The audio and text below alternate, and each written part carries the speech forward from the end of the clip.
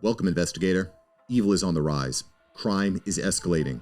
Our mission is to eliminate the crime by exposing evil, examine why it manifests, and highlight the brave souls that confront it every day. Join us as we work together to bring justice to every victim. Welcome to All Things Crime. Here's your host, Jared Bradley. Hello, everybody, and welcome to another episode of All Things Crime. I'm Jared, your host, and fantastic guest this morning, Kristian Flood, recently retired from NYPD, and now he's escaped into free America. He's down in Florida, and just excited to talk to him today. But before we get into Kristian and all the amazing things that I know we're going to be talking about and fun things we're going to be talking about this morning, make sure to subscribe, help us out, and hit that bell as well, so that you never miss an episode, and share it with your friends. You know, we got fantastic guests, that people that have intimate knowledge of not only law enforcement, but also the criminal justice, how things are happening in America. And yeah, you know what? This information needs to get out. So make sure to share it and definitely subscribe. So now that we've gotten all that out of the way, Kristian, welcome to the podcast. Thank you, Jared. Thank you for having me. Great to be here. Of course. Yeah. Like you said, welcome to free America, man. What was it like growing up in New York compared to where you are now? Ooh, night and day. Night and day. I don't know where to explain. Definitely towards the end of my career, and then thus into my very early stages of retirement, with all the restrictions, we'll call them mask restrictions, and all this social distancing and all the other hoopla that went with it in New York. Coming down here before I bought my home, it was kind of like a culture shock. Like, you know, you'd almost think that they had such a handle on it down here with Governor DeSantis that there was no pandemic going on. You know, people were adults. We were treated with respect. If you didn't feel right, you didn't go out. They had dining. You know, I was around Valentine's Day before I bought my house, and outside at a restaurant with my buddy, his wife, his family, my family, my wife and my daughter at the time. And yeah, sitting down having dinner in a restaurant, and it's not Uber Eats or anything like that. So I'm like, wow, we got to rethink our life choices here. So needless to say, after that visit, we put my house on the market, came down for another holiday weekend to buy a house, bought the house over that weekend, sold my house in New York, and in May of 21, I am now Floridian. So not looking back, big guy, not looking back at all. Yeah, boy, I'm with you. I love Florida. We do a ton of business there, especially with MVAC systems. And it seems like I'm in Florida 5-6 times a year. Love it down there. Great friends all over the place. So, you know, after the podcast, I'll get your information. And next time I'm down there, when I'm in your area, we'll go hit dinner or something, man. It'll be awesome. Absolutely. Absolutely. Yeah, and we got to get Scott down there. Yes, we do. You would have a front row ticket to a lot of great stories, well-versed history. That would be a good night. That would be a very good night. For those of you who don't know, we're talking about Scott Wagner, who is also a retired NYPD detective. In fact, his last episode, I've had him on the show twice. I still haven't really tapped into all of his stories. He's just amazing. But his second round of episodes just dropped. And so those of you that are fans of the show, make sure to go and see some of my discussion with Scott. He had some great insights, especially into the Idaho quadruple murder.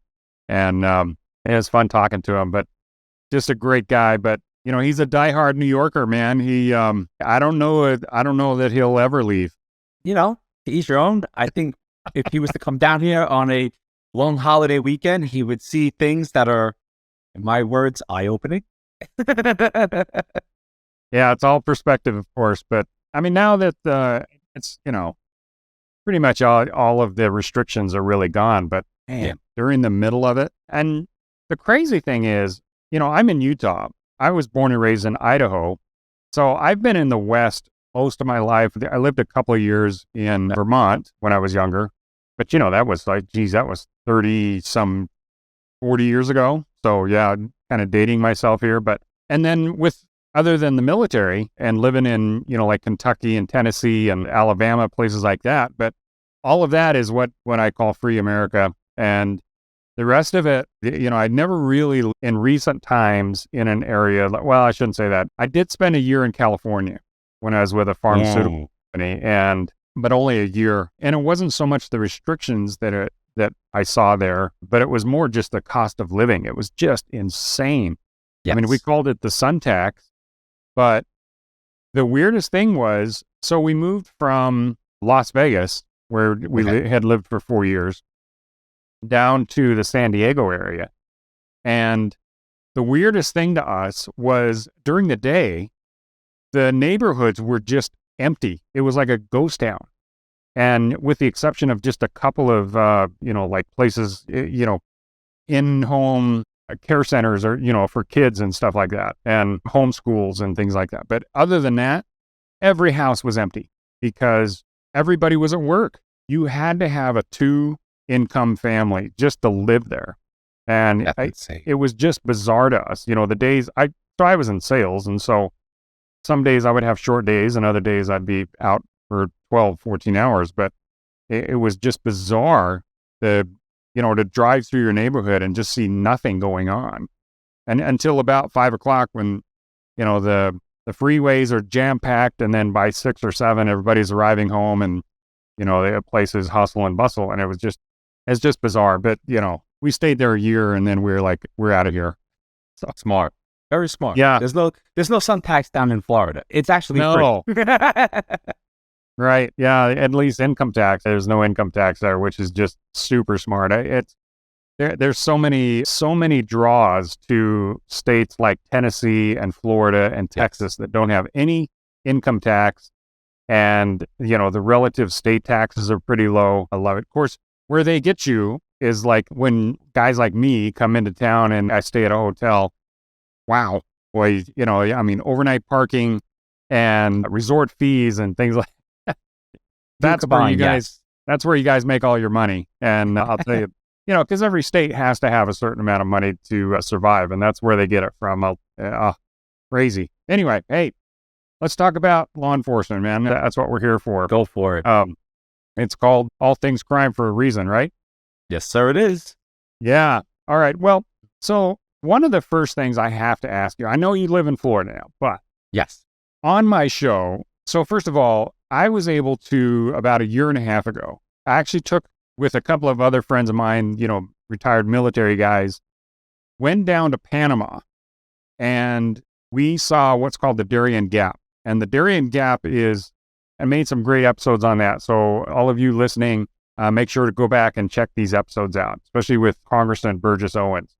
So he was one of the congressmen, and then the other one was Tom Tiffany out of Wisconsin. 2 great guys, but the big thing was when they came into Congress a couple of years ago, one of their primary concerns was the wide open southern border.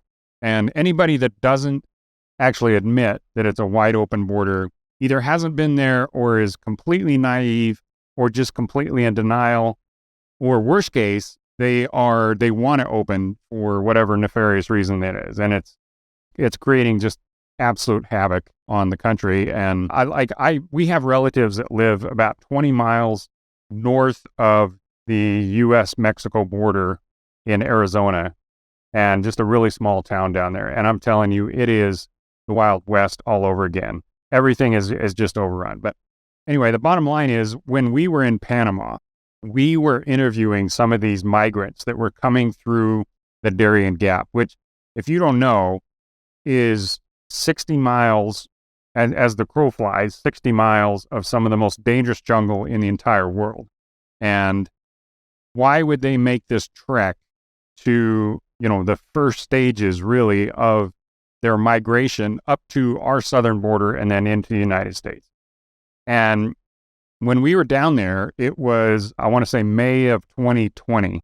Some major events going on there, but basically they were all like, hey, Joe Biden is now the president of the United States and it is time to go. And back then, in this little village that we were in called Baja Chiquito, sure I'm slaughtering that, but there was, it's a little village of like 450 people. Back then, there were a couple hundred migrants per day coming out of the jungle through this village. And, some of them had gangrene, from walking and, feet were wet. for weeks. And, some were bit by snakes, some were washed away by the rivers. It was just a harrowing journey for these people. But every single one of them had the impression that once they, whatever they had to go through, whatever hell they had to go through and whatever danger they had to go through, all they had to do was reach our southern border. And once they got into the United States, it was, the streets are paved with gold and their life is taken care of the rest of their lives. Literally, that was their mentality. And there was one time in particular toward the end of the day that we were there where these migrants were standing around complaining to the mayor. And, there's a reason I'm explaining all this to you. So, no, go right ahead, please. Very intrigued story. Like, I'm out. Yeah. Really? And then what happened? Yeah. No, by all means. Oh, yeah. You need to go back and see these episodes too, because I think you'd be really intrigued by it. But, and on the YouTube, at least, I've got some great footage of the actual village that we went and saw. So, all right. These migrants had walked into this village uninvited. It's not like the villagers had said, hey, family member or whatever, come on into our village and hang out with us for a weekend, like what we would do here. Right. It wasn't a Thanksgiving dinner. None of these people were invited. Yet they had the, what do you call it, man? Just the audacity. Yeah, that's a great word. Audacity to stand in front of this. Basically, he was the mayor of this little village and demand better food and shelter. And you have to understand, and when you see the video, it would blow your mind. These people did not have running water. They did not have electricity other than generators. They had to bring all the gasoline and all their supplies by riverboat up to their village. Most of their structures were cement, but most of them didn't have walls. I mean, they're basically literally just columns with a roof over the top of it. Wow. So these people, it's like when you think of a third world country and you think of the poorest of the poor, right? People that are literally, they have enough structure and enough, quote, civilization to basically keep the elements off of their kids. And that's it. And they're literally carving their life out of a jungle.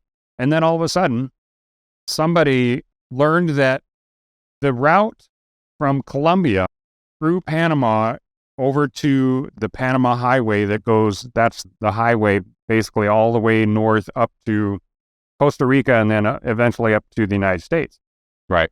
That the shortest route from Colombia, which is an open visa country, anybody can enter it, into Panama is right there. And it where you come out of the jungle is this little village called Baja Chiquito. Well, the reason I bring that up is right now in New York, there, and I was go back and listen to this because I was warning everybody. Right. I said the entitlement mentality that it takes, the audacity, like you said, that it takes to go up to a mayor of a town that has and the absolute cluelessness that it would require to do this, to walk up to this guy and say, hey, you know what, the tent that you have given us and the food that you have provided in this village is not sufficient. That's not what we need. It's not what we want. When you're uninvited, you're probably not paying for it. I mean, it's off the charts. Now, you take that mentality, and I said this. I said, you take that same mentality and you put that in the United States, and you will see a level of entitlement. These people have never seen the kind of wealth that exists here in the United States. And when I say wealth, I'm just talking running water and electricity. Yes. I mean, most people in the United States have a home that has 4 walls, that has running water and plumbing. We don't keep the crap. Yeah, I mean, we literally don't have to bucket it out of the house. But that level of living standard is common here in the United States. Well, obviously it's not where these people were coming from. But like I said, you take that mentality, you put it in the United States, and you will see a level of entitlement that you have never seen before. And that is playing out in New York, in Manhattan, as we speak. That is So 100% true. yeah. So I tell that story because we've seen this coming for a long time, and there have been a lot of people, Michael Yon and other people that have spent time.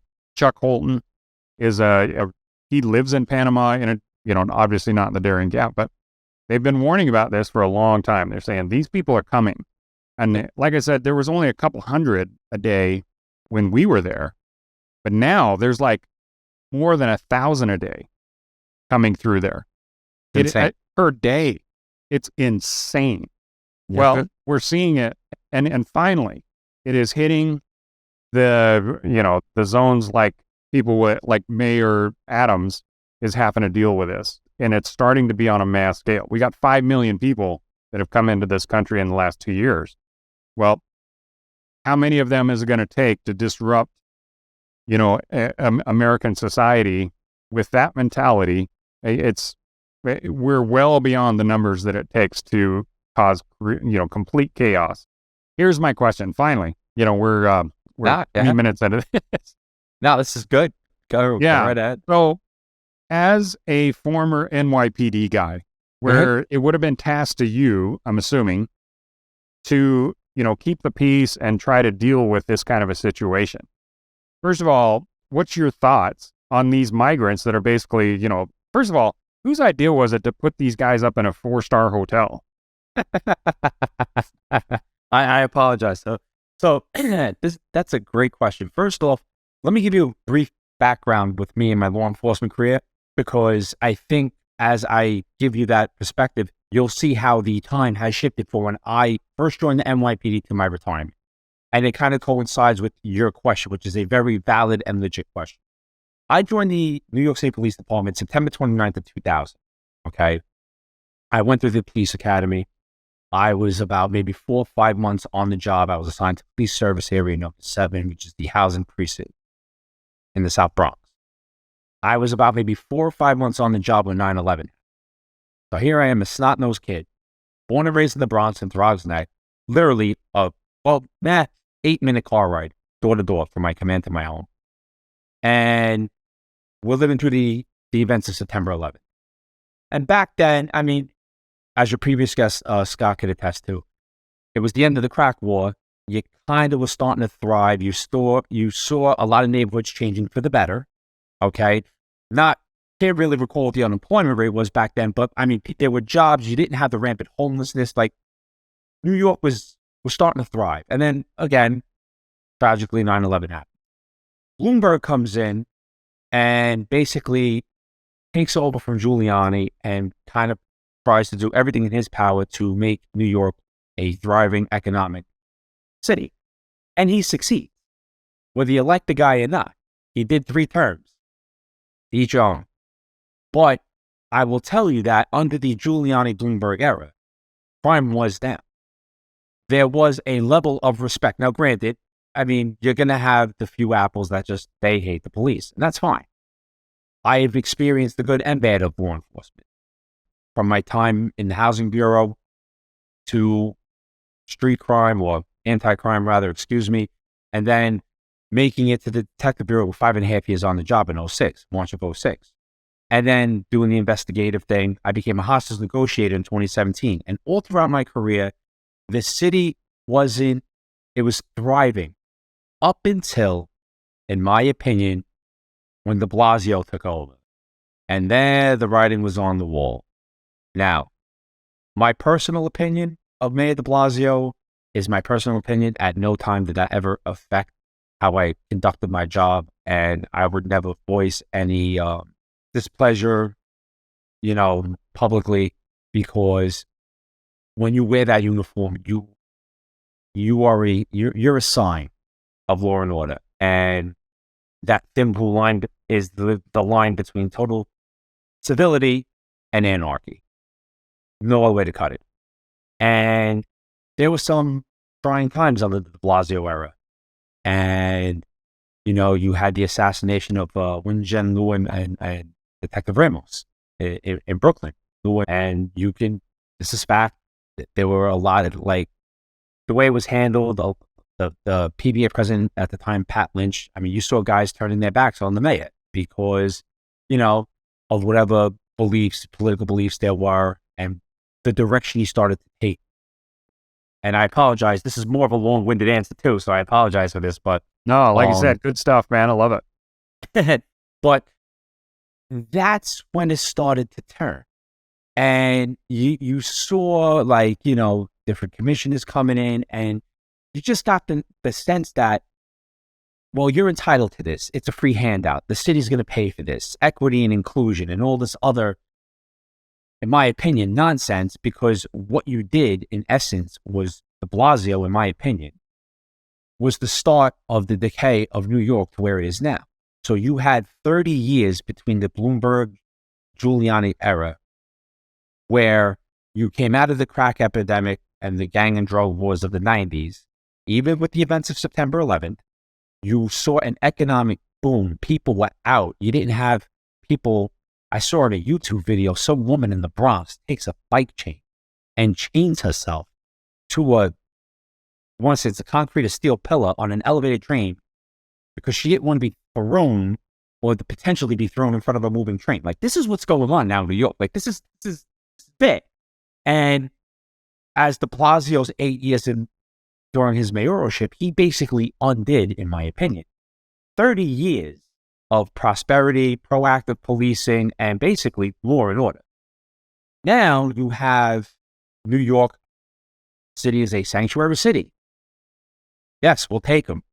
Well, at first, Mayor Adams was not happy when Governor Abbott and other governors were sending migrants to New York. And, when you say, we'll take you in and we're going to, you're basically giving that entitlement. And it also goes back, and if I could touch on this very briefly, with the tragic events of the well-documented summer of 2020 riot. I understand peaceful protests. What happened to Mr. Floyd was completely wrong. I'm a cop. I am saying that, the cuffs are on. It's over. That should never have happened. And my heart goes out to that family.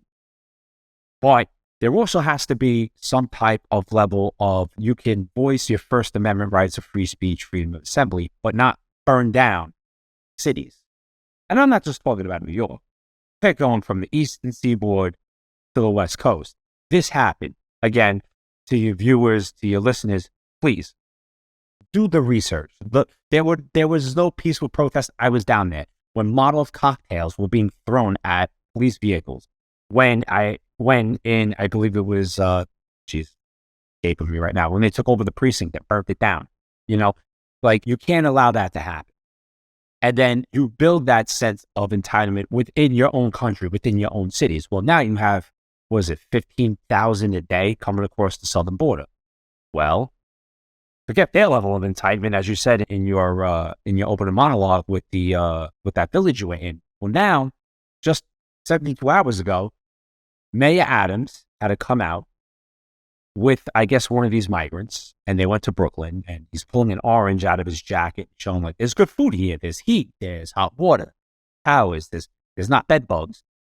I mean, to his credit, like, he finally called out, the federal government, like, hey, we need funding, we need help. Like, there's a serious problem going on.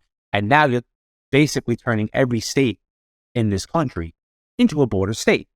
And finally, I believe it was last night, I saw on one of the media outlets, I think it could have been Fox News, that finally the NYPD came in and like, all right, enough's enough. You're at it. Let's go.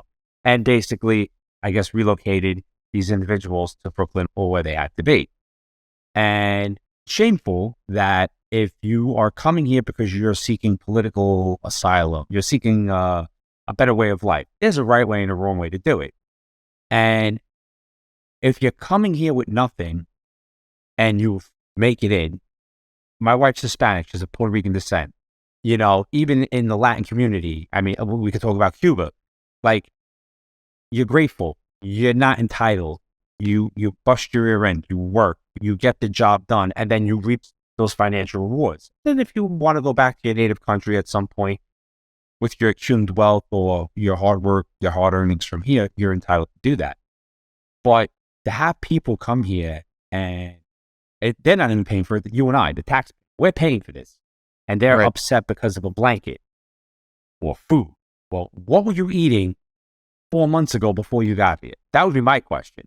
And if you're that unhappy, no problem. I'm going to make you happy.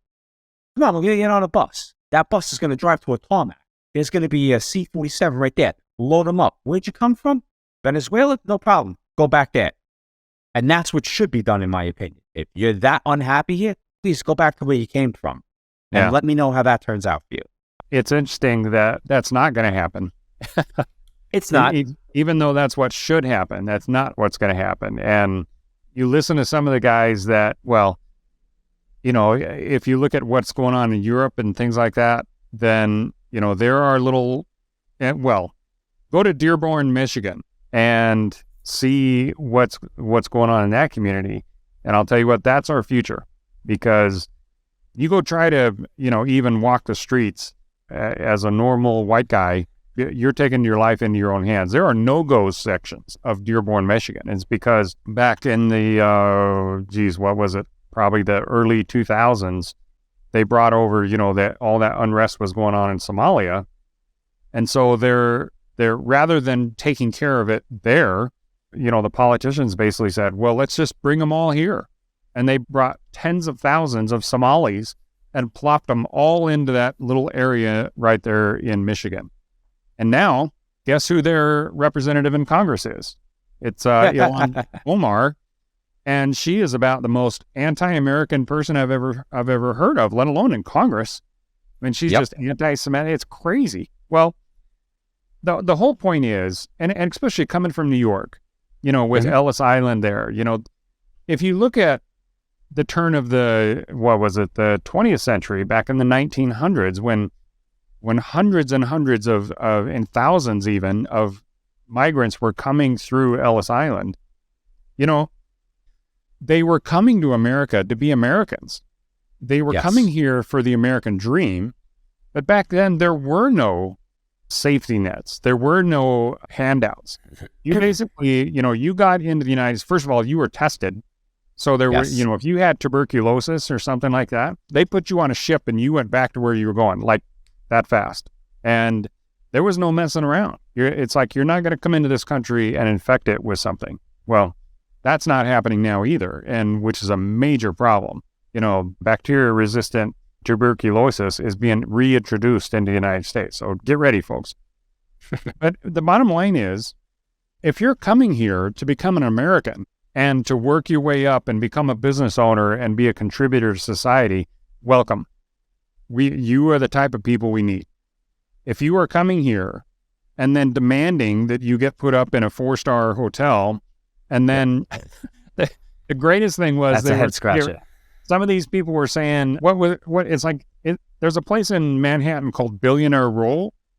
Yes. You know where I'm talking about? Where is that? I want to say, is that by something place? Or for 90? I don't want to misspeak. I was a Bronx guy. I wasn't a Manhattan guy. Oh, right. But, okay. Come on, Bronx, man. It's like the Bronx is right across the bridge from Manhattan. It is. You only went to Manhattan for shows and you know, you wanted a decent night out in the town. Well, you can't have that anymore because you got restaurants with like these little boxes outside, and you got homeless people in there shooting up drugs, smoking weed, and doing all types of absurd things. So you can't really do that anymore. I think you're more safe in the outer boroughs than Manhattan. Oh, isn't that crazy? Yeah, I just, I look at some of these amazing cities like New York and San Francisco and LA, you know, Portland. Portland's one of the most beautiful cities I've ever been to, but it is a cesspool. It is. I mean, you've got people defecating on the streets. You got people shooting up drugs. It's like, you know, there's sections of the beach in California that you just can't go to because there's so many needles in the sand that, you know, you run the risk of getting all sorts of injuries. You know, you step on one of those needles, it's HIV infected or something. And it's like, oh my gosh. You know, I mean, it's not widespread, but there's still sections of that city that you just cannot go to because there's so many problems there. And I don't know what it is. It's like the politicians that are in some of those areas, it's like they don't have enough pride in their community and in their, you know, in their country and as being an American. they don't have enough pride to actually deal with the problems. They just kind of put a Band-Aid on it. Like I just heard in British Columbia, Canada, they're legalizing, personal use of even fentanyl. That's ridiculous. And thinking that, that's what's going to, cure their, they say, because the most dangerous thing is somebody that's shooting up cocaine or something and they're isolated. They're by themselves. They're hiding it. And so, because they'll OD and then they can't get help when they've OD'd. Well, first of all, I'm like, well, that's called natural selection. But second of all, I mean, I understand some of these people have these addictions, but it's also a personal choice. There's no accountability anymore. And there's no pride in your own community and in your own, I mean, you grew up in the Bronx. It's like, I saw the pride that you said. I grew up in the Bronx. Like that is a source of pride for you. Great pizza. And yeah. And it's like, you know what? I grew up in Idaho. I don't live in Idaho. I haven't lived in Idaho in, 40 years, but I'm still an Idaho boy. And I'll tell you what, when that, that quadruple murder happened at the University of Idaho, I lived in Moscow, Idaho for 10 years. Okay. I'm like, I took that personal. I haven't been there in 50 years. Well, 45 years, but still that's part of my heritage. That's part of where I grew up. I'm like, yeah, that's personal. If I can do something to help that community solve that case, I called the Moscow PD chief. Or I didn't call her. I might send him an email. Uh-huh. And I said, hey, I have this DNA collection system. If I can help with this case, I'm there. I will load one up. I will drive up there and help you guys. Never heard back from him, but you know what? But the reason I'm bringing that up is there seems to be almost like this surrender mentality where these people are coming into these communities. They don't belong there. They're not contributing. In fact, they are so detrimental. I'm sorry, if I'm going to walk into a 7-Eleven and there's like needles and human feces right there at the door, I mean, that's just disgusting. And, right. And yet it's widespread in some of these bigger communities. Well, so let's dive into this, Jared. It's a multifaceted problem. So you said surrendering of the community. Let's see why communities are being surrendered. It all starts at the top. Your local elected officials. Now, we can talk New York. We could talk San Francisco. I mean, I'll even throw in Florida as a little bit of a curveball. And the problem is that, in my opinion, people want to stay in power. They want to be the guy or girl calling the shots. Case in point. Let's look at San Francisco. Great city, but it's kind of weird that some psycho broke into the Speaker of the House's residence and with a hammer struck Mr. Paul Pelosi. Now, hats off to the boys in blue that responded there and did their best to take this individual into custody. Now, you think that would raise a few flags, Now, if it would happen to, let's say, a guy like me or you, do we think we would have gotten the response in jail time that this individual got? Probably not. Is he in custody for remanded without bail, even though that's a bail reform state? Yeah, he is. Speaker Pelosi. You understand? So until it starts affecting the hierarchy, these politicians, and again, I hope Mr. Pelosi has a very fast, speedy, healthy recovery. My prayers are with him and former Speaker Pelosi. It's just that it's no longer, let's bring them in, we want the votes, let's cater to these individuals, because in turn, it's like you're almost like, I'd hate to say it, it almost sounds like you're buying the vote. You're going to give someone food, shelter, a Metro card, whatever, and when the election comes around, that's a vote. You know what I'm saying? But now you've enticed this behavior over such a long period of time. Well, now you can't control it. Now you're having these problems. Another case in point, look at New York City. I was part of what you would call the mass exodus out of New York. And that was because of these hands-off approach to law enforcement. Now, I saw videos towards the end of my career. It became really disgusting after I retired, where cops are, and I don't care if it's a 200-degree day in August with 400% humidity. Of course, I'm being facetious here, but we're not going to throw a bucket of water on a cop. You're just not going to do that. Because one, whether you feel it's a prank or, oh, it's a hot day, or whatever silly narrative you want to spin, the entitlement that you could do that and get away with it is where it gets bad. Oh, it's You so don't know what's in that. disrespectful. It is. It totally is. And, you know, it's condoned. It's condoned by the local officials, leadership. And that's why you have such a mass exodus and decline in law enforcement in certain cities and states, because all the experience is leaving.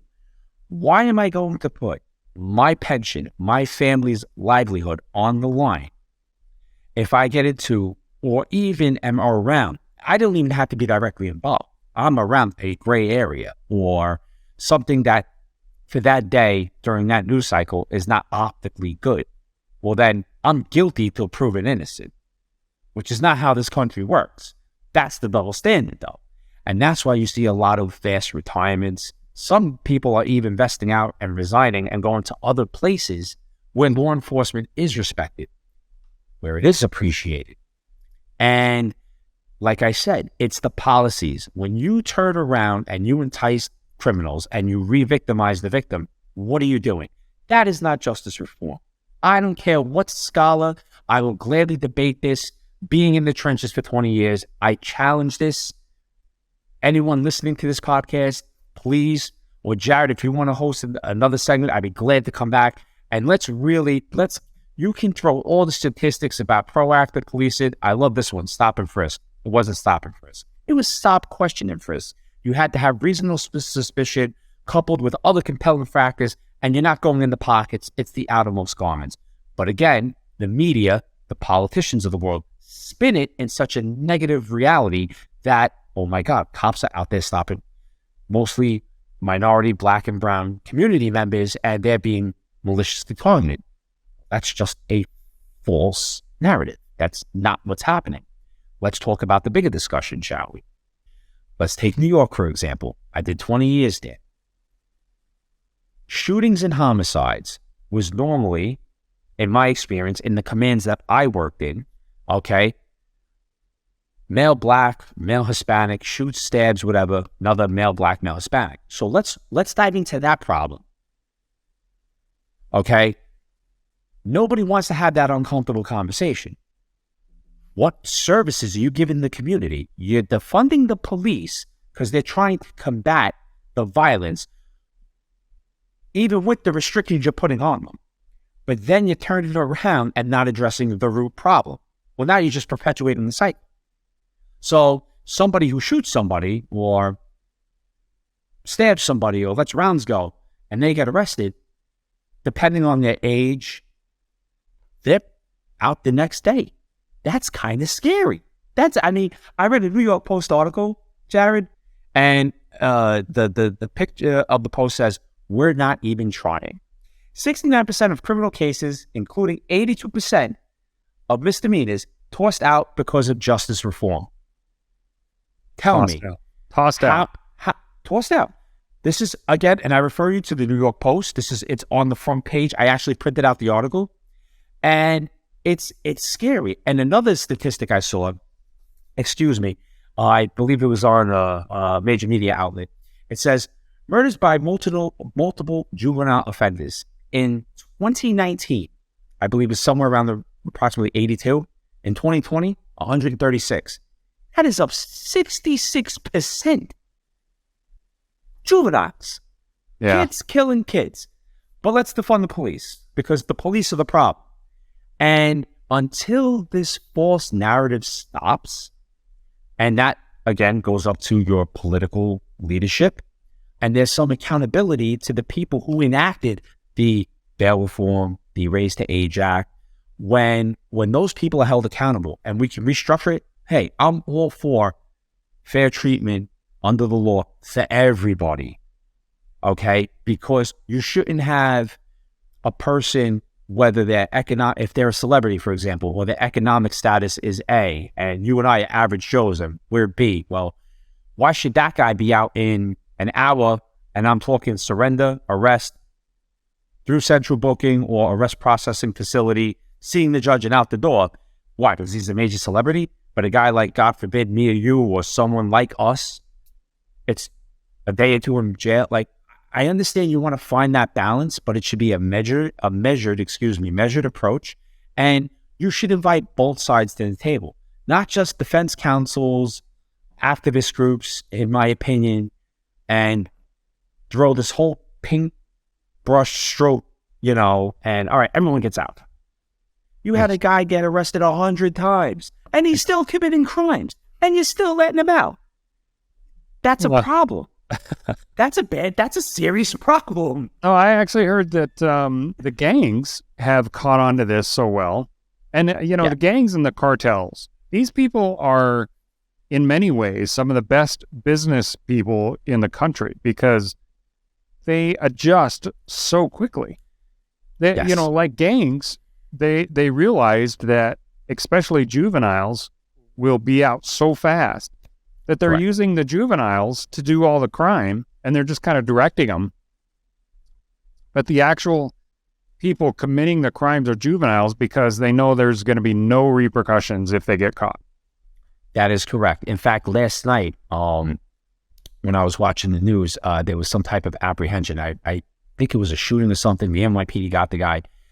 And I want to say that he said it as he's in handcuffs being put into a car. Memory serves me, in some substance, that it's okay, I'll be out soon. Or like almost mocking the fact that this crime got caught and is going to be out like that. And that's a real morale, in my opinion, being a cop for 20 years. That's a real morale breaker, because here you are trying to do the right thing for the community to which you work in and serve. And it's almost to a point of no avail. And again, at some point, somebody has to all right, let's get to the table and let's figure this out. What's going to happen? In fact, there was another thing I saw where a 11-year-old girl gets killed. 11 years old, gets killed in front of a Bronx hair salon. Why is this happening? I have a daughter. She's 11 years old. And I'm forget grief-stricken. At what point are we going to get a handle on this? At what point is somebody going to sit down and say, you know what? The social justice warriors had their chance. They blew it. You literally are incentivizing crime with these ridiculous bail reform laws and raising of the age to where you're now enticing crime. And then if they do get pinched, you're downplaying the crime or doing these ridiculous plea deals, sometimes with or without the complainant or victim of the crime's knowledge or consent. And then you're re-victimizing the victim because now you're not even taking them seriously. So what happens to them? And then you're mad when people leave the state. Well, why would you choose to live there if you had the resources to leave? Would you rather live somewhere where you have to worry about dodging bullets or being thrown on a train every day? Or go to a state where there is some type of law and order, where you can go to school, to places of worship, or to work and not worried about being thrown in front of a train or catching a street bullet just because, people can do that. Criminals can do that because there's no harsh punishments for them.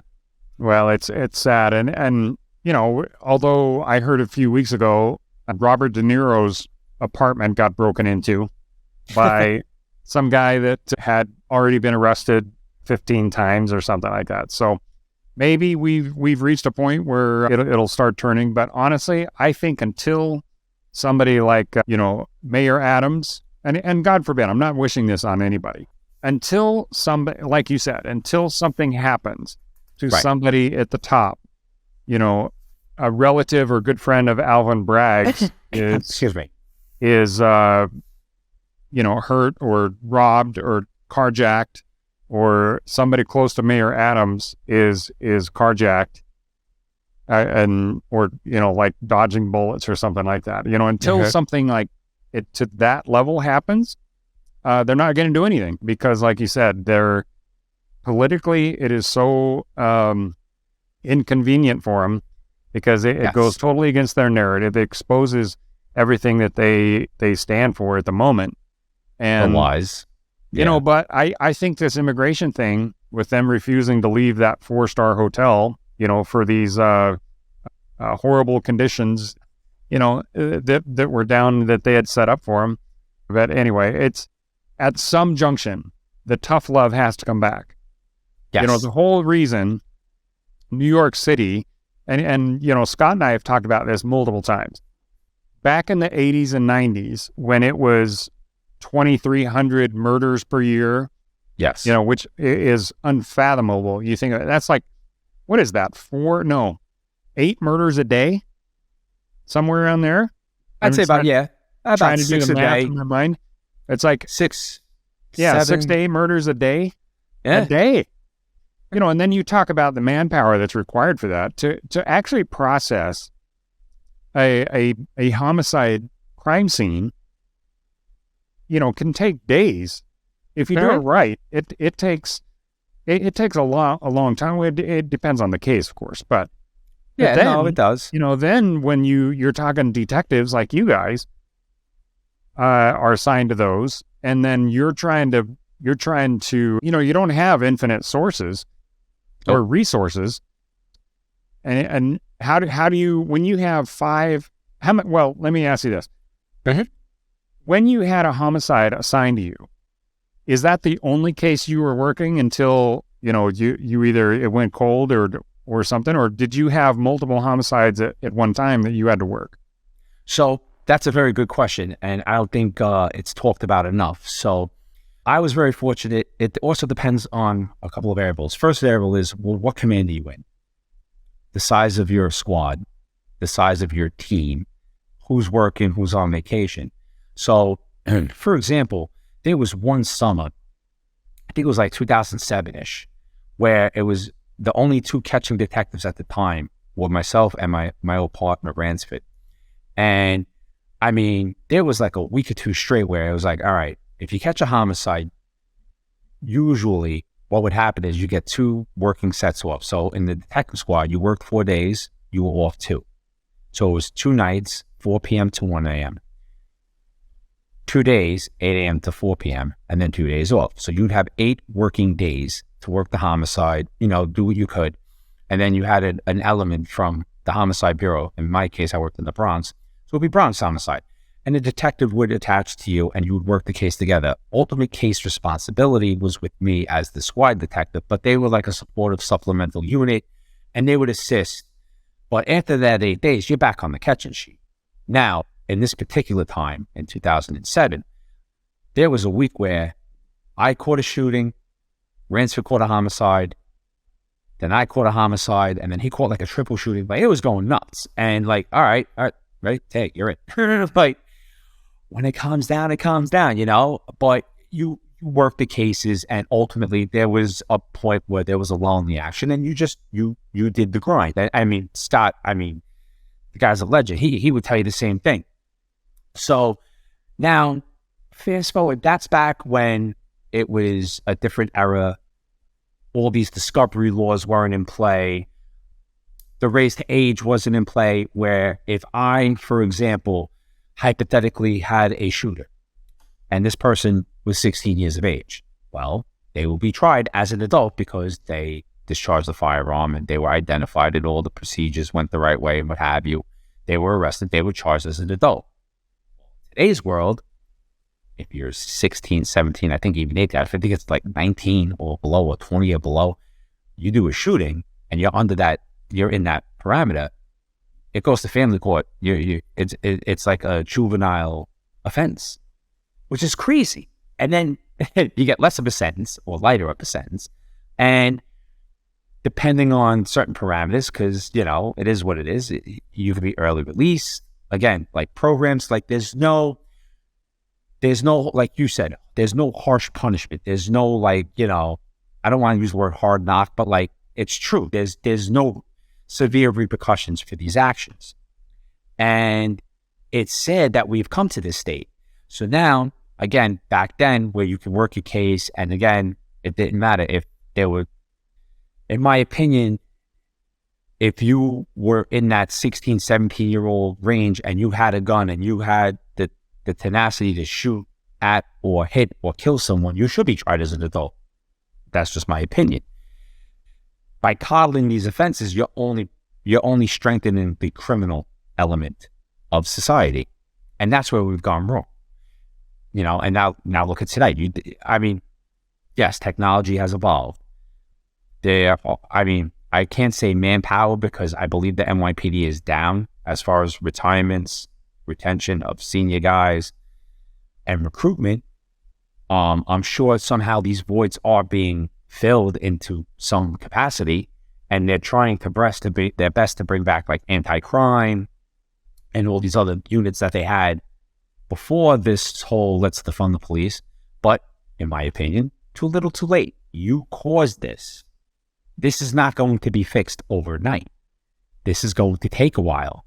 And it starts with, okay, you've addressed the problem. You're trying to get the resources. Well, now you got to change the laws. Then when that happens, it slowly will start catching up to itself. Then you make it insightful to be in the law enforcement profession in these states. You mentioned real quick, I don't want to go off on a tangent, 2,300 homicides or something like that Scott gave you. Well, how many homicides did Chicago have last year? It was like somewhere around 1,700 to 2,000. How many people were getting shot and killed in Chicago? Yeah, it's insane. Mayor Lightfoot, there's nothing to see here. What do you mean there's nothing to see here? He's out dancing in the streets, man. Yeah, I give up your day job. In my opinion, you give up your day job and start helping your cops out. Yeah. Well, it's so sad because it's one of these things, it's kind of cyclical. It goes up and down. And I think we are re-entering, like you take NYPD, New York, for example. Mm-hmm. I think because of that whole cycle of, strong men create good times, and good times create weak men, and weak men create hard times. And Yep. I think we are in the weak men create hard times era, and that's where we're headed. And I don't think the real hard times have actually hit yet, but they're coming. And we are going to see repercussions from the weak men that are, and women that are in charge of, like you said at the top, they are the politicians that are making the policies that reverberate all the way down and symbolically handcuff the workers at the bottom, like, Yes. the NYPD all the way to the garbage collector and, the plumbers and, all of these things where the bureaucrats and the politicians at the top, who are weak people, create the conditions that are so difficult on the bottom that a lot of people will basically just say, screw it. You know what? I'm in a position I can sell my business, or I'm in a position I can retire from NYPD. I'm out of here. And they are moving to stronger areas. Well, what does that do? That weakens everything else. But, everybody ultimately you have to take care of yourself. And, like I said at the very beginning of the podcast, man, welcome to free America, because, and there's a whole stretch of America that the people that are living in New York and Connecticut and, Massachusetts and California, it's like, we're in Utah. And so the mass migration that we are experiencing is from California. Like literally my neighbor next door used to live in the Bay Area, and they moved up here just because they just couldn't handle it anymore. And, they're great people. I love them. They're fantastic neighbors. And, those kind of people, as long as you're not bringing your California politics with you, you're welcome. Yes. But, yes, the first time you start spouting off, hey, we need to, raise taxes and be more lenient on drug use, man, that's not going to go over well here. And you get up into Idaho and Texas and Wyoming and places like that, and it's really not going to go well. And but the key is we have to prepare ourselves because the really tough times are coming. And it's here. Like I said at the very beginning, 5 million people have come into this country illegally in the last 2 years. And I just saw a video by my friend Michael Yon where he's down in Panama, and he was recording some of these people that are getting on trucks and buses to be moved up into Costa Rica, and eventually they're on their way here. A high 90% of them, probably 97, 98% of them are young men. They are working age men, military age men. And when they get here and they don't see the paved streets with gold and free meals and, free 4-star hotels, some of them are going to be like, well, you know what? I'll go find a job and I'll become a good working citizen. But a whole bunch of them are going to be like, you know what? If I see somebody that does have what I want, I'm going to take it. And which is exactly why, carjackings and all those kind of things are like, I know in Minneapolis, I was up there with training the Hennepin County Sheriff Crime Lab. And when I was up there about, a year and a half ago, carjackings were up over 400%. And you know what? That kind of, those kind of statistics are just going to keep increasing if we don't do something about it. Jared, that is entirely correct. And I think again, I am in no position to make any policy, but I saw recently that President Biden had gone down to Texas to a border town. And like 72 hours before he got down there, it was a cesspool, tents on the street, needles, homeless, people staying out there. The guy comes down there, completely clean. Nothing to see here. I want to know who did that. And dragged them before the House Judiciary Committee, and they should be incarcerated. Because what you're doing is you're hiding a problem. You're downplaying a crisis that is not only affecting Arizona and Texas and these southern states, but as you eloquently pointed out, Minneapolis, Chicago, New York, DC. I mean, I thought it was hysterical that 2 busloads of migrants just got dropped off in front of the vice president's residence. Like, whoa. Like, have that with your morning Cheerios. But yeah, well, she's the border czar. Allegedly. My spin on that, Jack, I'm actually glad you said that, border czar. Now, unfortunately, in today's world, a lot of it is political. Like, we're 2 sensible, reasonable men here, and it is political. Policies are driven by people in power, okay? And look, you could love or hate President Trump and Vice President Pence. That's your own opinion. I respect it. To your viewers, to your listeners. But you have to admit that the policies were amazing. You were paying, on average, what?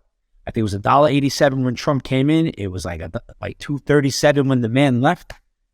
It's $3.55 down the street for me. At one point, we were approaching like $4.65, and I'm in Florida.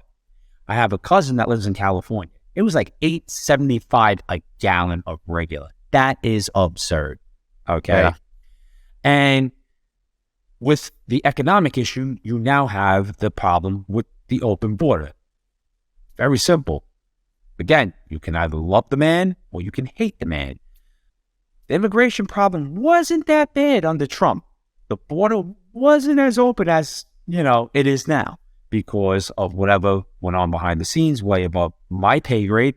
But the Mexican government got involved and these caravans stopped. Who's entitling these people to come here? Why aren't they being stopped? Those are the questions that should be asked. Now, we have a vice president that's a border czar, but she'll take photo ops and donut shops and coffee spots.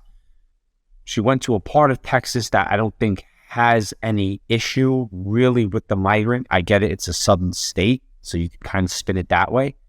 But go to the Rio Grande or El Paso. Like get in the heart of it Oh, and you know, a lot of these politicians are starting to do that. And like, all right, we have a serious problem. And well, they can't hide it anymore, which is the you can't. biggest You problem. physically can't. You have droves of people coming in here, and like ranchers are seeing them, common citizenry is seeing them, even their own Democrat mayors in these border states are like, hey, big guy, what are you doing? Like, we need help down here. And you have to start getting tougher and stopping this. And if that's getting on the phone with these governments, like, all right, we're going to hit you 25% tariffs, everything, you know, going, like coming in, going, however you want to work it out. I'm not an economic guy. Hit them with sanctions, or you know what? Stop aid. The power of the dollar. We send X amount of dollars to you yearly, quarterly, monthly, whatever. All right, it stops. You'll be surprised. All of a sudden now, things start slowing down. And that's what happened. But that's strong leadership. And we don't have that right now, in my opinion. No, and we again, have. I'll refer to the southern border. You know what I'm saying? I mean, you look at Katie Hobbs, who just took over the governor of Arizona.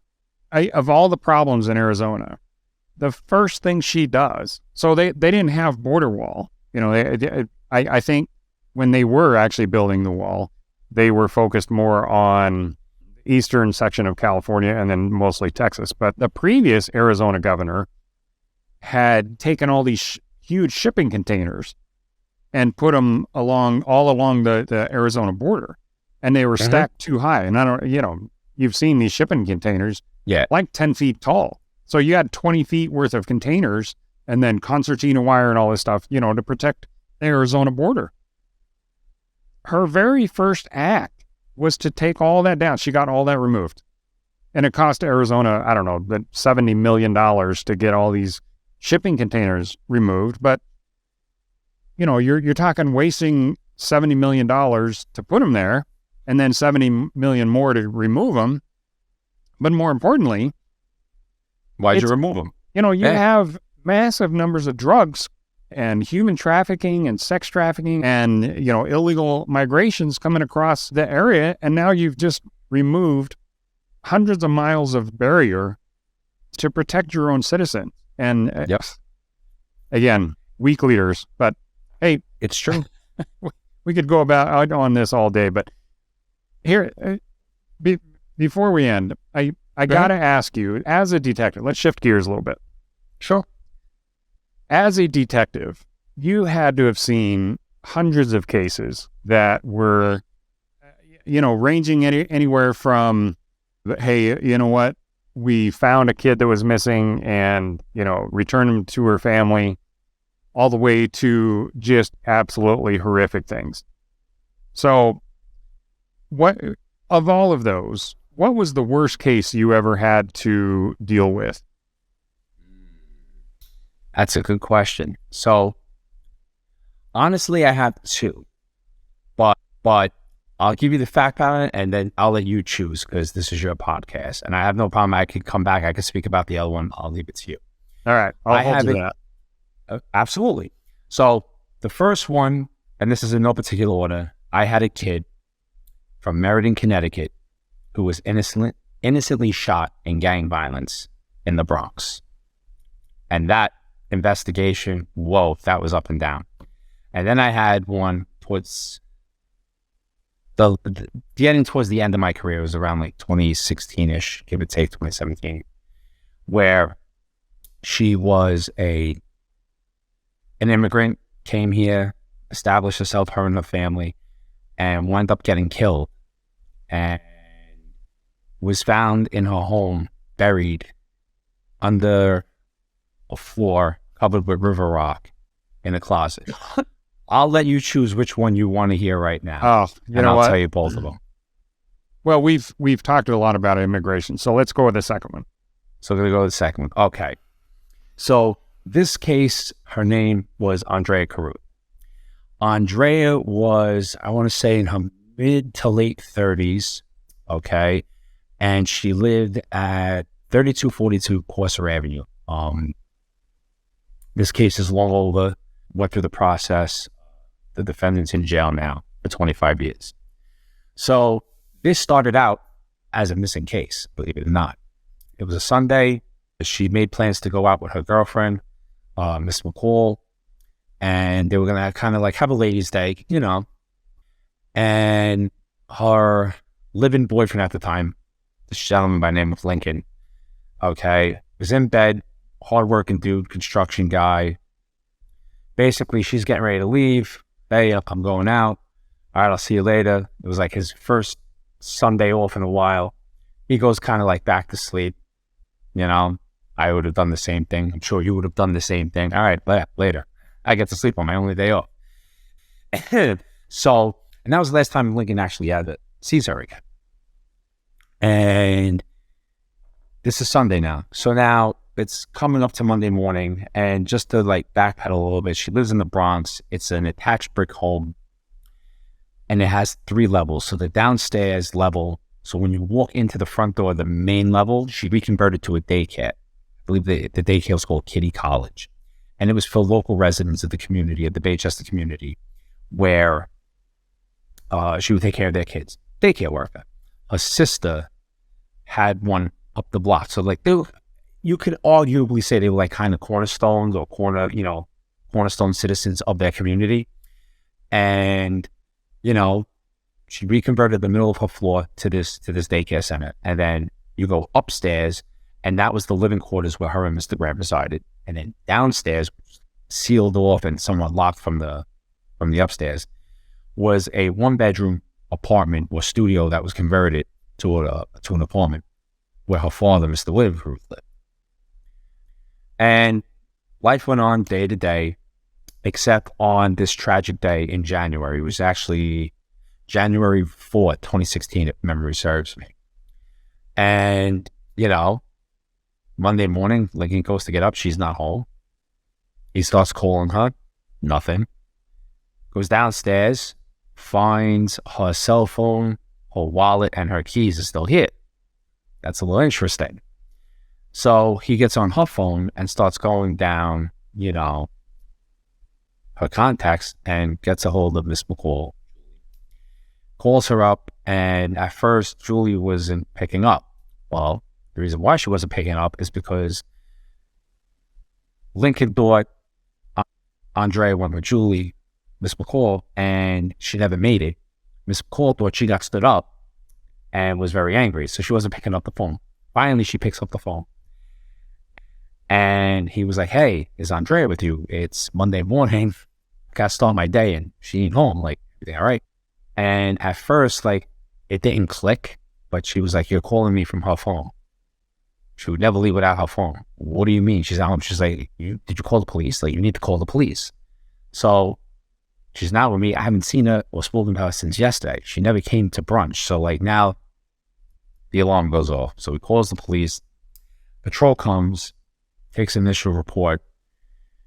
Technically, she's an adult. She has no mental, physical disabilities or conditions that were documented or that were made known to the patrol officers. So she's not technically missing, but it was like bone chilling temperatures. So like, all right, there's a little bit of cause of concern. So that was Monday. So Tuesday, I get a phone call. I come into work, and somehow I got notified on the missing. They probably gave my name in the run sheet that we have. Who was up next for the next case? And, hey, Flood, here you go, buddy. So, the phones were ringing off the hook. And I remember looking up, and I'm looking at, I think it was News 12, and like, we catch a shooting or something last night? Like, that really looks like it's either the 4-7 or the 4-9. They're like, you could tell by like the block and how the houses were, constructed or what have you. But the phones are ringing. So I pick up the phone. I'm like, yeah, 4-7 SWAT, Detective Flood. And then all of a sudden it's call. Like, hello, Detective Flood. I go, yes.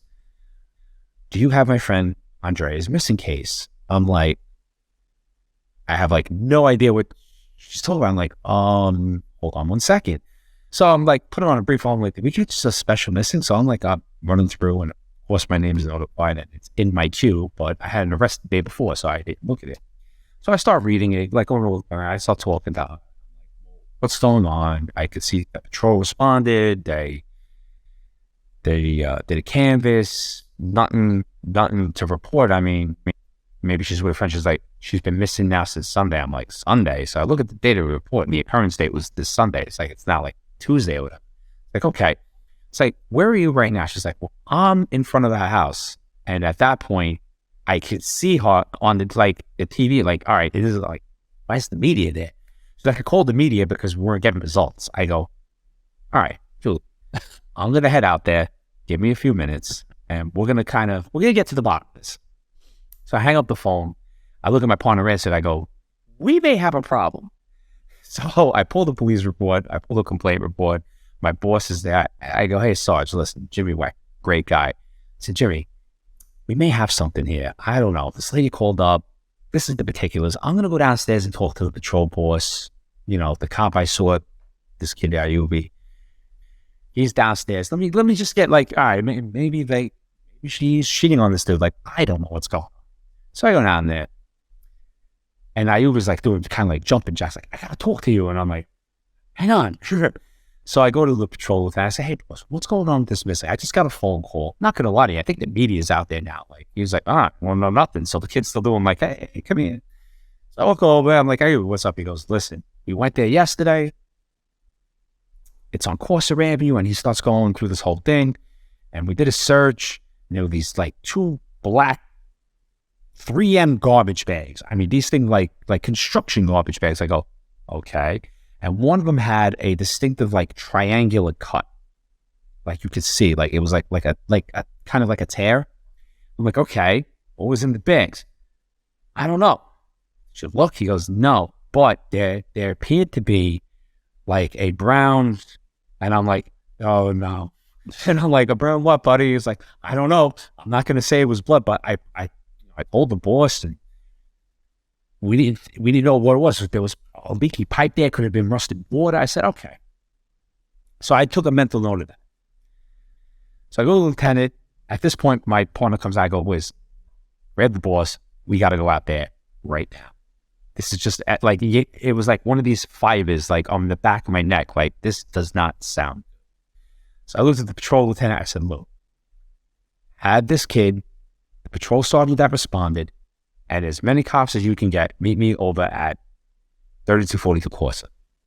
This is a missing, but there's something more there. Not why is the media what's going on? He goes, all right, no, we'll go over there, Chris. So we fly over there, and at that point we come up. It's me, my partner, and my boss. Patrol starting to show up. Cameras there. Cameras already there. So all right, guys, let's kind of strategically move them back and let's go inside the house. And that's when we met Mr. Caruth, William Caruth, Andrea's dad. I think he was eating some porridge or something. There was another family friend, and her name is escaping me. We'll call her the assistant to the daycare. She was there. So we immediately start talking. Last time I saw Andrea, what the layout is, show me the daycare, we're checking doors. So now in a missing case, so you have the patrol response now, I'm the squad. This is the squad response. So I looked at Mr. Caruth. I'm talking to the assistant daycare where I'm like, we're going to check the house. So we're already here. We checked the daycare. Obviously, there's only but so many little cubby holes where reasonably you can find an adult female in her mid-30s. Right. Let's go upstairs. Who lives upstairs? Her and her living boyfriend, Lincoln. Where's Lincoln? Oh, he's at work. I'm like, he's at work. So, all right, red flag pops off in my head. Why is this man at work and his girl's missing for possibly 2 days? I'm going to get back to that one in a minute. So we go upstairs, and at first, nothing, typical, maybe an unmade bed because you're late to work. Nothing there wasn't a bookshelf knocked over, like a normal busy Monday, Tuesday morning. I got to get out. I woke up late, whatever. So we go downstairs. Mr. Caruth said, hey, Dad, how you doing? You mind if we check you? Oh, come with me. But we had to go out the front door, around the driveway, down the driveway to the back door. And at first, you could tell he's, I think, from the island of St. Vincent, I want to say. And you could tell that this man, for an older gentleman, I want to say this, 60 years, close in his 60s, mid-60s, kind of in shape too. You could tell this man worked for a living. He was what they call a yardie. He was very hands-on. And at first, it didn't click, but later on in the investigation, it did. We noticed some rocks and some other stuff, outside in the yard area. So we go in. It is dimly lit. It's a downstairs basement apartment. And he had some incense burning, which is very common in the Caribbean / Jamaican / African American community in the confines of the 4-7. Like, this is not unheard of. So there's nothing jumping off the pages at me that something's afoot here. So we go back outside. By this time, more detectives are showing up, and we initiate a citywide hospital canvass. So we get a description of what Ms. Flood was wearing. We get a photo. We send it to the detective bureau. We'll do a request for media. So now it's in the media. Every hospital in the city. So like if she came in, let's say, I don't know, to Bellevue, for example, or we're up in the Bronx. Oh my God. So we'll have a detective squad call over there or go over there in person and actually physically do a physical check or, phone check to their administrator. This was turning up negative. So now we're a couple of hours in. We find out after interviewing some neighbors, doing some canvasses, that we still haven't talked to Lincoln. By this time, because of the bone-chilling temperatures, coupled with the fact that this woman's been not seen for 2 days, it's customary. It's getting to that point where we could do a special category. So I instinctively call out Bronx homicide because it's been a couple of days. She could be in Staten Island for all we know. But you want to start getting some wheels in motion. Not saying we have a homicide here. Just, listen, this is what we got, whatever. So my good friend and later on counterpart, Chris Skolsky, picks up the phone. It's like 2 PM. It's his last one. He goes, bro, what do we got? I go, I don't know. I got a missing woman. This is the story. He goes, okay. I go, she's been missing since Sunday. He goes, we're on our way. So they show up. At this point, we find Mr. Grant, and I'm on the phone with him. And I'm like, hey, Mr. Grant, so a brief phone interview. Again, nothing of a person of interest yet. But again, the irregularities of you're not there, this chick's missing. They had to close the daycare down. Like, kids were showing up and the kids were being turned away. Parents were being called. Like, we have a state representative come in for daycare. I forget his official title. And like, he had to be notified, like, because she's a licensed child provider. Like, this was getting serious. I'm like, all right, something's not right. So at that point, I go, Mr. Grant, do you know where Andrea's phone or wallet is? Because at this point, we want to try and maybe get a search warrant for the phone, because in the initial police report, her belongings were not listed on the report as the police having custody and control of them. So listen, we'll call Taru, we'll go up on a wire, we'll try and triangulate the phone. Well, that wasn't happening. He goes, well, I have a phone. You have a phone? And her keys and wallet. I said, oh, you do? At this point, sirens are going off in my head. I'm like, okay, but I'm trying to maintain my composure. And I said, okay, Mr. Grant, listen, where are you right now? He gives me this a location in the city. I'm a construction worker. I go, listen, I need to talk to you. I'm in charge of Andrea's missing case, and we need to have a conversation. I don't know how I'm going to get back to you. I have NYPD, biggest gang in the world. I'm going to have a patrol car with 2 uniformed members of the NYPD come down. They're going to introduce themselves. You're going to get in their car, and they're going to drive you back. And if you need like a note for work, or if you have to leave early, I'm sending a supervisor down. So he will speak to your foreman or what have you. And if it has to go above by supervisor, he can call me. And then you're going to get an attorney, because he can't dock you for cooperating with the police, big guy. Like, this is like, there's certain things with the labor laws, like, it's going to work out in your behalf. Mr. Flood, no problem. All right. Hang up the phone. I look at the lieutenant. I go, Lieutenant Boge. I go, Boge, you can drive her, light the sirens down there, get down there, get this guy, and get him back here now. If he has her belongings, police department procedure, you're going to just hold on to them, maybe put them in the bag, in the front seat. Don't open the phone. Don't do nothing. I just want you to make sure we have these items. He flies down, he flies back. Now more investigators are showing up. But at the same time, more media is showing up.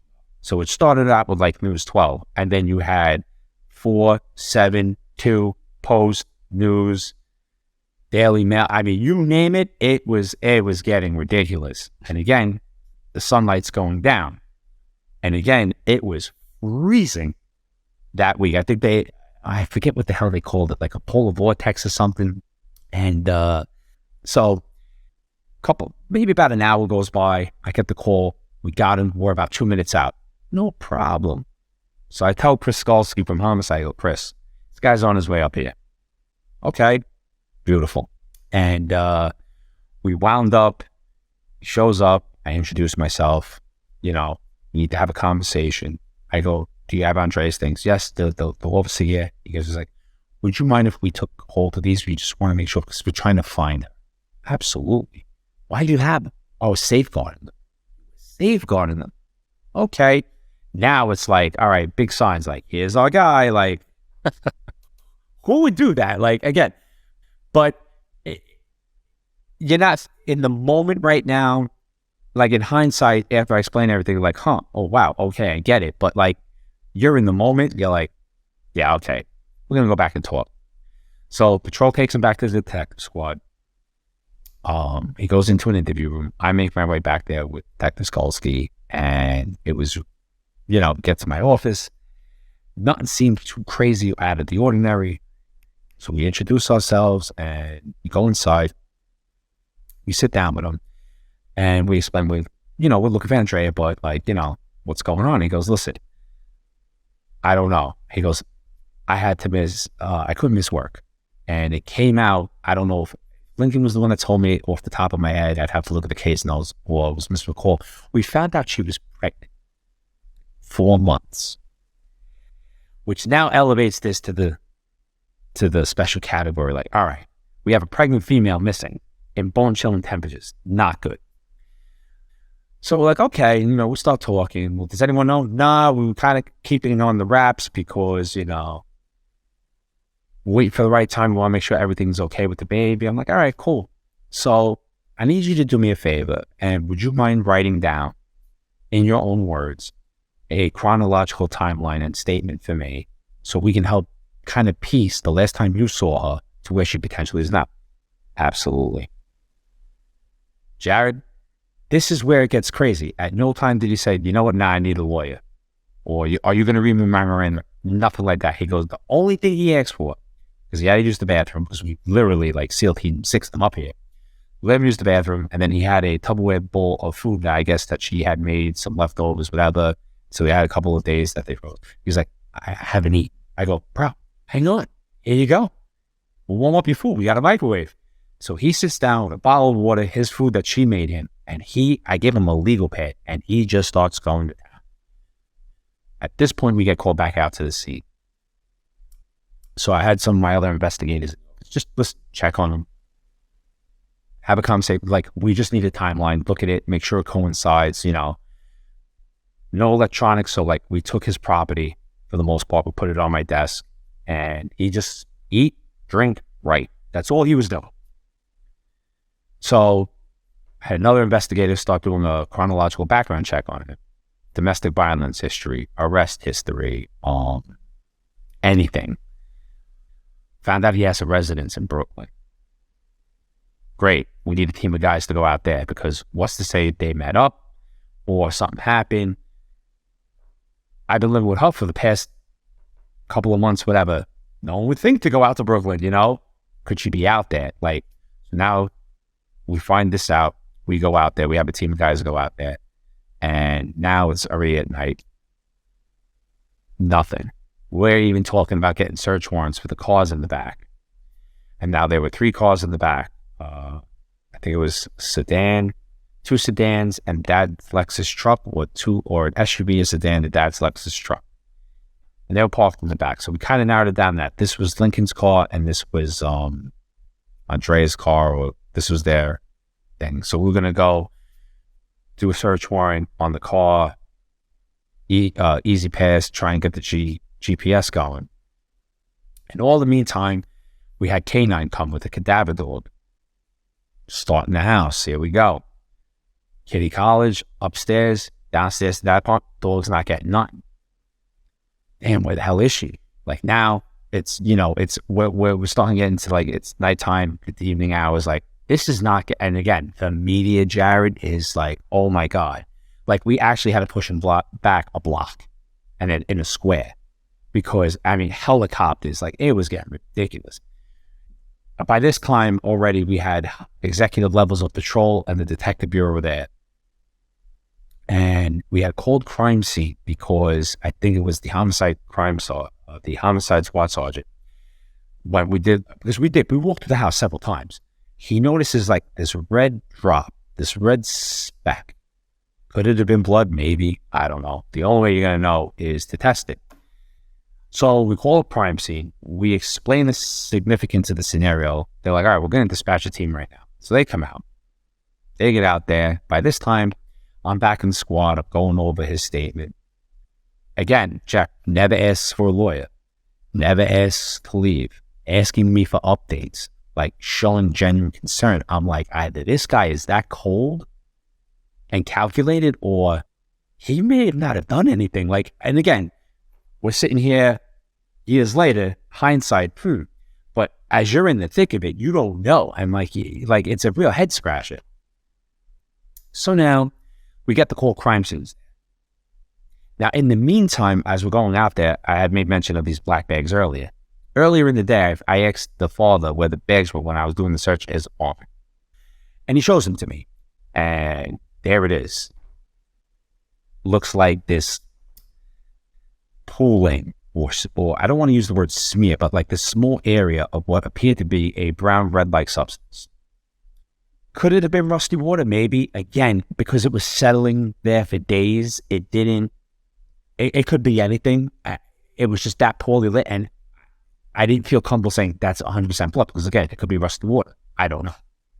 So I wound up, when crime scene shows up, they test the red droplet up there. It's like nail polish. It's not blood. So I'm like, all right. So I go, guys, I got 2 bags downstairs. They're 3M garbage bags. They may or may not have a substance on them. So the crime scene guy was a great guy. He was like, yeah, we'll go down there and check it out. So earlier on in the day, I asked the father, I go, Mr. Pruitt, what's in here? Because they were light, semi-light. Like, I'm like, God forbid this chunk of body in here. Listen, detective, you don't want to open those bags. You mean I don't want to open these bags? So he's like, listen, between me and you, we're men here. I go, yeah. I had a woman over this past weekend, and we had some sex, whatever. Those are my soiled linens. So I'm like, all right, 10-second timeout. Who's got gloves? So I put on surgical gloves. I open up the bag, and there are damp, wet linens in there. I go, you stud, you. Like, I'm like, all right, like, good for you. But I made note of the rip and where this officer had told me. I'm like, all right, maybe it was the whatever. They actually go to the laundromat and they pull video of that doing his linens there. So I'm like, guy's legit. He has an alibi. Like, all right, this is getting a little bit weird. Well, now fast forward to the nighttime, we go inside and they do the OBTI test, which is the blood test. That crime scene, they swab it, they put it in the substance, they shake it up, and in a minute, it's either blood or it's not. Well, guess what? It was blood. So now we're like... And this is down in the dad's apartment? This is down in dad's apartment. So I'm like, what? And what happened is when we went down there initially, I knock on the door. I tell Mr. Cruz I'm there. And he goes, hang on a minute. I'm like, yeah, sure. Sorry. Again, I reacquaint myself. And I had a detective with me from my office and 2 crime scene guys. So we start talking and I'm like, hey, where are those bags? And I had noticed that they weren't where I had originally left them. He had put them back. And what he did was, and I noticed it at the time because at first I thought these were the wrong bags. Because I asked him, like, did you tamper with these? Did you mess with these? He goes, oh, no, not at all. There were like 3 rings. If you take your 3 fingers and put them up against your palm, it was 3 dirt rings around. And I'm like, what is this? So I proceeded to get gloves again. I start taking the linens out because now I can't find the rip. And I'm getting like, nah, there's no way. That's when crime scene stops me, says that's blood, does the test, confirms it's blood. Now we have to freeze dad's apart. In the interim, he was like, where's their blood? And he actually goes to swipe the bag. The detective from my was like, oh, big guy, let's go talk over here. So he's talking to him, trying to calm him down. I'm on the phone. I'm calling everybody. I'm calling Congress. my squad, the homicide squad, like, guys, get over here. We got blood in dad's apartment. Well, we had a detective, Sean Casey. He was down at the court already getting a warrant. I'm like, yo, we need a warrant for dad's apartment. I explained the situation. Sean swings by, okay, goes down, swears out the warrant. Now we start doing the methodical search. At this point, Dad's let out back to my office.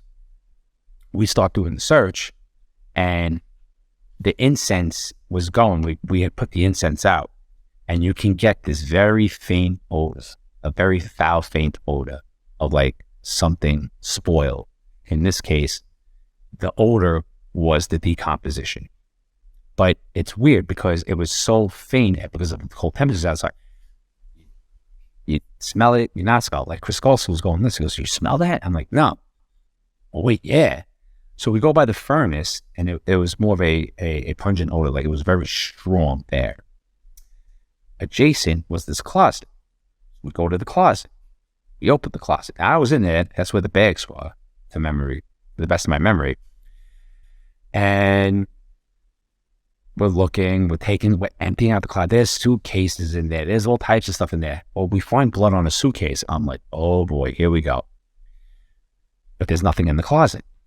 So we're looking, and one of the detectives from my office, there was a hole in the ground, and there was a piece of plywood. It was symmetrically cut.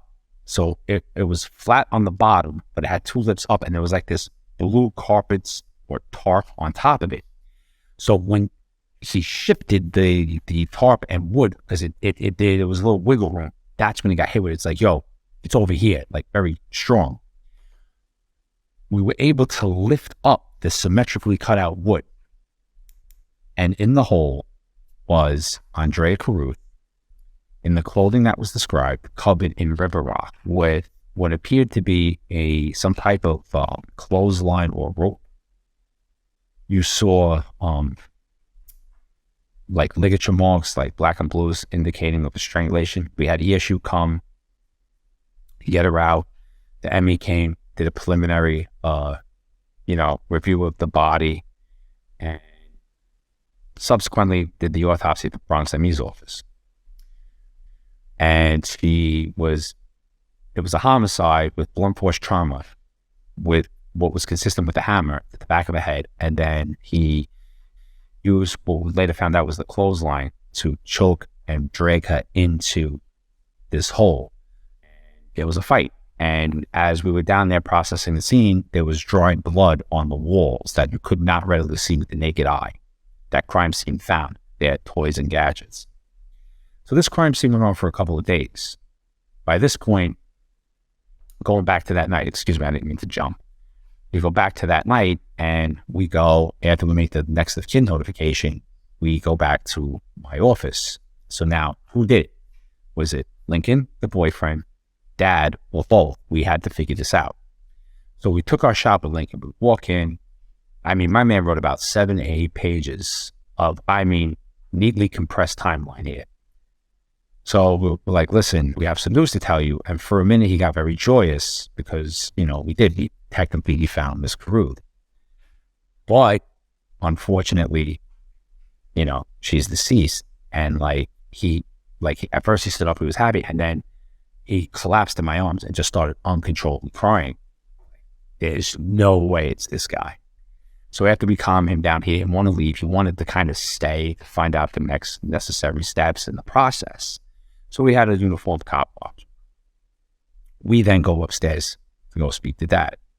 Walk in, Mr. Caruth, myself, Chris Kolsky, we reacquaint ourselves. I don't even think we made mention that we found her. He goes, "I think I'm going to need a lawyer." Okay. Like, all right, you got it, big guy, So at that point, we let our supervisors know. And then we ordered crime scene. We got a search warrant for him. And we took pictures of him. And he had on his glasses, if you removed his glasses, with thick glasses, there was a mark, what appeared to be some type of scratch or wound.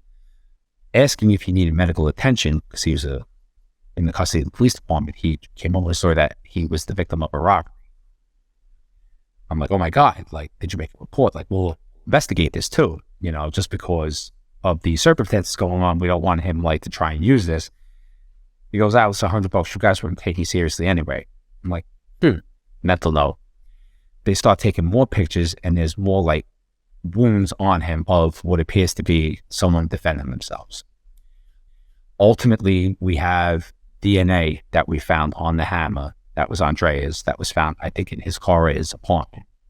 And then we had his DNA under Andrea's fingernails later on, and this comes out in court.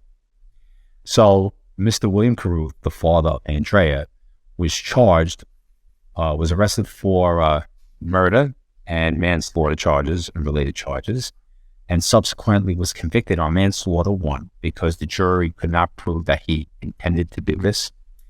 And basically, they charged him man 1, and at the sentencing, according to news reports, they gave him the 25 years because he showed no remorse. The judge said he showed no remorse to this. So he now killed his own daughter.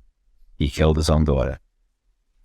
And the working theory behind this, Jared, was there was a potential financial motive. He was basically like a freeloader, living off his daughter, living off his kids. She was in the process of refinancing the house. At some point, he would turn off the boiler and turn on the heat, trying to squeeze money out of her. And I think she went to confront him for the final time on Sunday, and that's when the attack happened. And it was a hit. It was a very big hit to the community. It was a very big hit to this family. So poor Lincoln, the kids at Kitty College, and that was probably one of the most crazy ones I've ever worked, because who would ever think that a father can kill their own kid, their own daughter, for that matter? And I was in jail. Wow. Well, I'm almost speechless. I mean, the whole time you're describing this, I'm like, you mentioned at the very beginning that, you found her in the basement. And I was like, well, the father lives in the basement. I'm like, but in the back of my mind, I'm like, I'm a dad. I got 5 kids. I could never, hurt one of my kids. And right. Wow. Yeah, that had to be brutal. Yeah. Wow. That is crazy. Well, listen, man. Yeah, I'll have to, what was the victim's name again? Andrea? Andrea Carew. You can actually, you can research her. The reason why I also chose this story is because, recently, Chief Robert Boyce, the former chief of detectives, there's a crime show on the Oxygen Network called New York Homicide. And these are real homicide cases that occurred in New York. And he narrates it, and he brings in like the investigators, the crime scene personnel, et cetera, that work that. He actually chose this case to be on the show. So if you actually want to see, if your viewers and listeners want to actually see, the name of the episode is The Untraceable Scent. It was episode number 11. And it goes to like DNA and what you specialize in. And you can see in a more Hollywood theatrical version of the timeline of events that I just described. Wow. Yeah, there's and you feel it was pretty accurate? The show was done well? In my opinion, yes. They did the best they could. I there was certain things that, because I knew it and worked it, like there was certain things with like the apartment and the setup, but other than that, I had very factually done, and they actually used real life media footage from that incident. Oh, good. Yeah, it's kind of hit and miss with media we've found, but Oxygen's pretty good. So, well, listen, man, that's thanks for sharing that story. That's fascinating. But to me, it just kind of really brings to light, when these kind of stories, detectives and police in general, you guys are dealing on a daily basis with the dregs of society in some cases, but in most of the time, it's good people that are having the worst day of their lives. And, to be able to do that and to be able to do it professionally, it just requires a different level, and salute you for it, man. So listen, I'm gonna let you go on that note. And I'm just kind of processing this whole story. I'm like, oh, how do you get so mad and so deranged in your mind that you kill your own daughter? I just can't do it, man. Can't even fathom it. So we'll leave it at that, and we'll let the audience try to process it as well, and hopefully they'll go and check that case out. So, all right, man. Well, I know you could talk about lots more, but I've held you for a long time, and I appreciate it. So Absolutely. All right. Well, enjoy that beautiful Florida weather, man. Thank you, my friend. Okay. We will talk at you later. All right. Bye-bye. Thanks for joining us. Your attention today brings us one step closer to exposing and eliminating the evil that brings crime to our communities. Hit subscribe and share this episode. Together, we will bring justice to every victim.